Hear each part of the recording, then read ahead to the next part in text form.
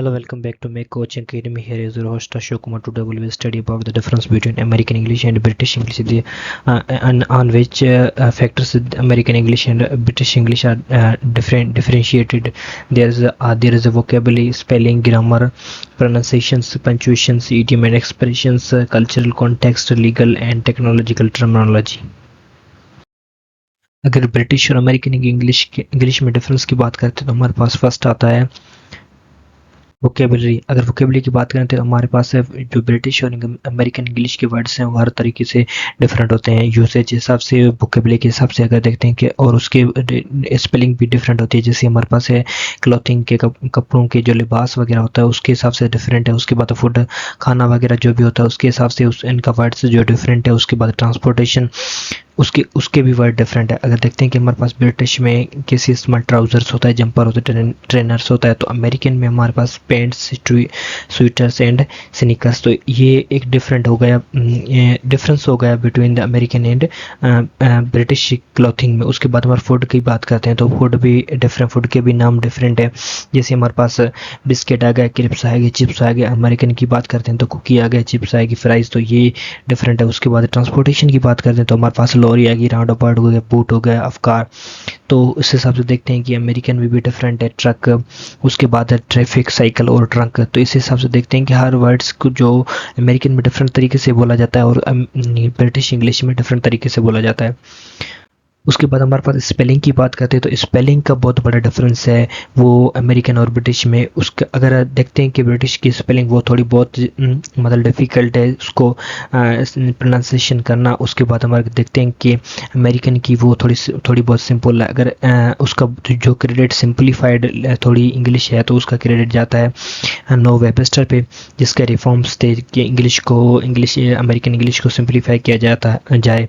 तो कुछ ऐसे वर्ड्स हैं जैसे हमने पढ़ा है कि प्रीफिक्स, सफिक्स होते हैं। तो सफिक्स वो प्रीफिक्स वो जो कि फर्स्ट में कोई भी पार्ट हो लेकिन फर्स्ट में लगता हो किसी वर्ड के, और सफिक्स वो जो कि लास्ट में लगता हो। सफिक्स की बात करें तो कुछ ऐसे वर्ड्स हम जो एंडिंग में स्टार्ट होते हैं, एंडिंग में ख़त्म होते हैं हमारे पास OUR से, तो वो ब्रिटिश वर्ड्स होते हैं। जैसे कि हमारे पास ये आ गया, कलर वर्ड आ गया, फ्लेवर आ गया, ऑनर आ गया। उसके बाद OR से मतलब एंड होते हुए वर्ड्स कुछ तो वो अमेरिकन में आते हैं। जैसे कि हमारे पास कलर, फ्लेवर, ऑनर, मतलब प्रोनाउंसिएशन थोड़ी बहुत सेम है लेकिन इनका जो स्पेलिंग थोड़ा सा डिफरेंस। तो इस हिसाब से हम बोल सकते हैं कि अमेरिकन और ब्रिटिश में थोड़ा बहुत डिफरेंट है स्पेलिंग का। उसके बाद हमारे पास RE है और उसके बाद ER है। तो ब्रिटिश में देखते हैं कि RE है और अमेरिकन में देखते हैं तो ER है। तो इस हिसाब से देखते हैं सेंटर है RE, मीटर है तो RE है, उसके बाद सेंटर है ER है, मीटर ER है। तो इस हिसाब से डिफरेंट है। उसके बाद अगर देखते हैं कुछ ऐसे वर्ड्स हैं जो कि फर्स्ट और सेकंड डिफरेंट तरीके से यूजेज उनका डिफरेंट तरीके से। जैसे कि हमारे पास इनरोल, ब्रिटिश में इनरोल ENROL है। उसके बाद ट्रेवल्ड है, अगर अमेरिकन की देखते हैं तो इनरोल ट्रेवल्ड। तो ये थोड़ा बहुत डिफरेंस आ गया।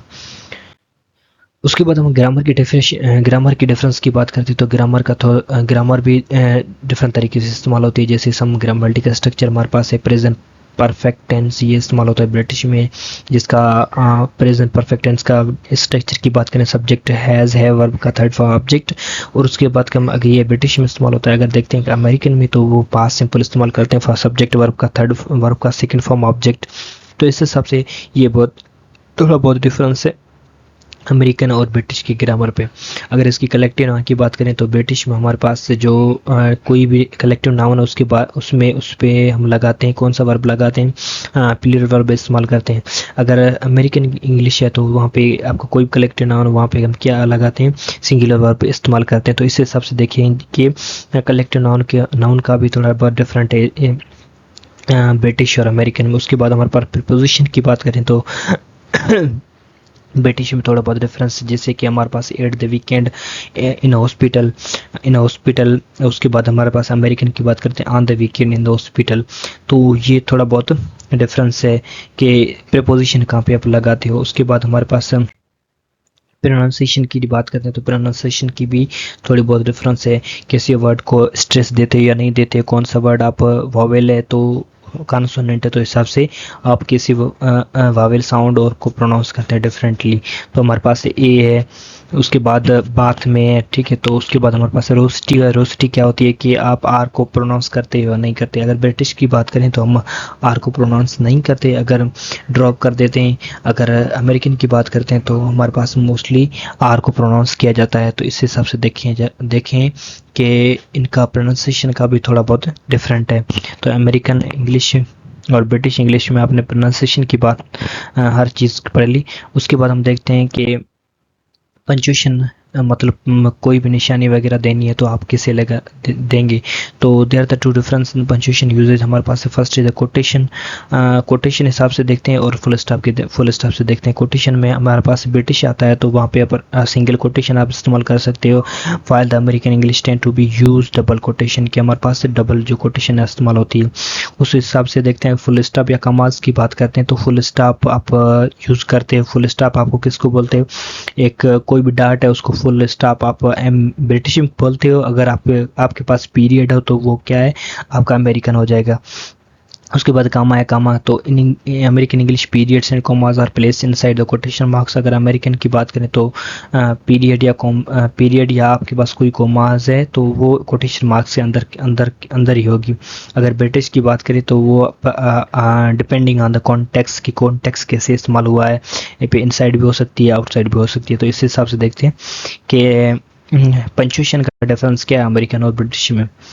उसके बाद हमारे पास ये है 6 number idioms and expression. Idioms and expression किसे इस्तेमाल होते हैं तो हर ब्रिटिश और अमेरिकन में डिफरेंट तरीके से इस्तेमाल होते हैं। तो उसके बाद हमारे पास है influence of culture and media, के मीडिया और कल्चर का क्या डिफरेंस है। British and American English are influenced by their respective cultures, के उनका कल्चर क्या है, उनका लीडिंग टू वेरिएशन फ्रेजेस।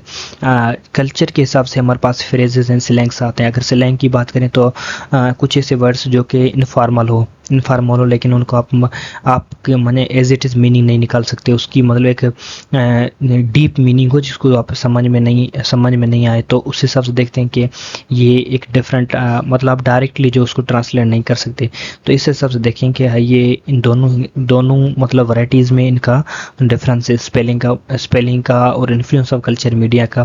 तो इस हिसाब से इनका बहुत बड़ा डिफरेंस है। उस हिसाब से अगर देखते हैं कि कल्चर कॉन्टेक्स्ट में किस चीज़ का डिफरेंट है, कि ब्रिटिश इंग्लिश में include reference to football, soccer, tea culture. अगर रीजनल ट्रेडिशन की बात करते हैं, while American English might focus more on baseball and coffee culture.